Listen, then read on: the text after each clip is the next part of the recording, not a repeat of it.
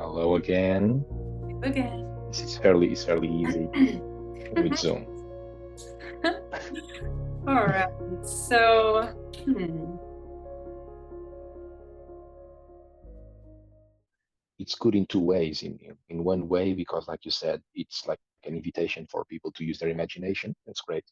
And in another way, it also gives the possibility of not disappointing, because I think mind will want to go to a way that, naturally we want to create things that fascinate us.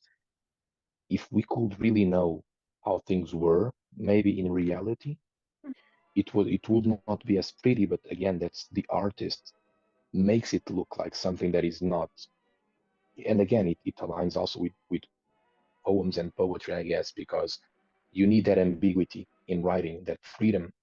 no, wow, I love that perspective, and what a magician's perspective it is that you just said, because I mean, the ambiguity and the imagination and the freedom of kind of creating your own world, whether it's in your mind or the magician does it on stage. Um, yes, I think freedom is very much a theme here that, yes, that goes along with like maybe the art that I create and the magic that you perform and create, my grandfather created. Um, it's the freedom to create your own world. I think likewise, maybe. Mhm. Again, it's really nice. It has a very special and specific aura of its own, which is great. Thanks. Yeah. Well, tell me about your childhood. How old were Mhm. you when you started your magical interest? I became interested when I was around 7. Like any kid, I will say, you see a guy doing something amazing on TV, and something that never left my mind was a trick that was called the folding bill.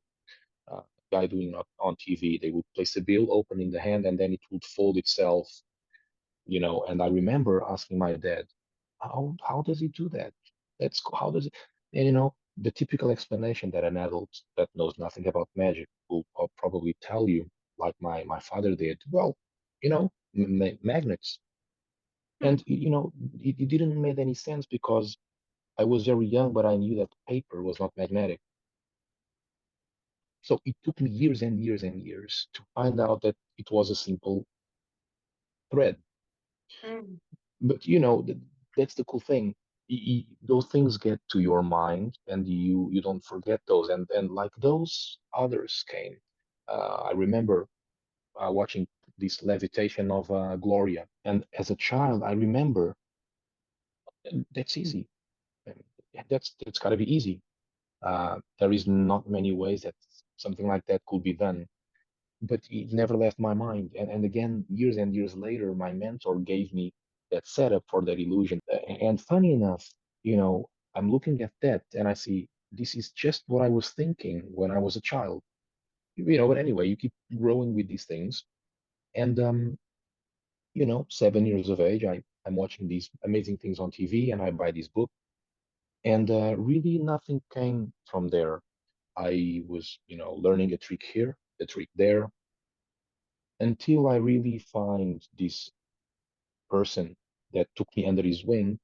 And then things really changed because all of a sudden I was being taught, one-to-one lessons.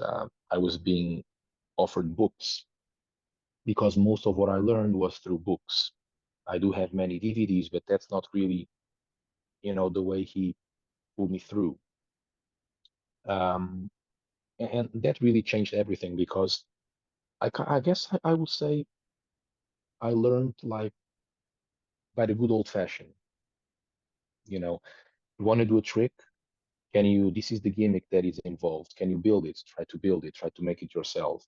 And and you keep going because it's good, because you also end up valuing if you build something to make a trick work, it's much more special to you. And it took the right person, I will say, to learn it the right way. Because as they say, it's not that much what you do, but it's how you do it. So, and once the ball started rolling, it just kept going and going and going. And as they say, the bug bites you, and then you stick to it. And I just kept going. What an interesting thing with magic, because there is that thing of building it yourself, like you just said.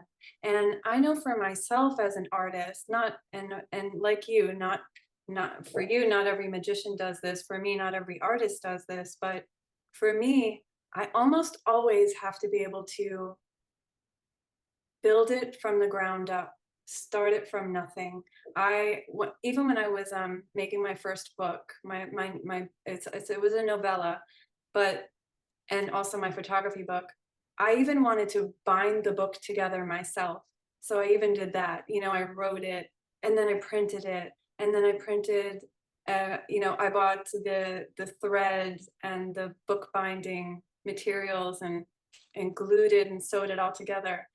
There's something about that, like you just described, it makes it more special, it's more precious, it's more meaningful. There's a lot more meaning to Yes. it. And so I really love that about the magician. I see that it's very old school. That's what my grandfather did. And it's very, very cool that that's what you've done as well. And I would imagine that that's what makes it so interesting for you to keep going with magic, because there is this thing where there's like an inventor's kind of mentality with it, where also you can take a tried and true magic trick and then put a twist on it or something like that.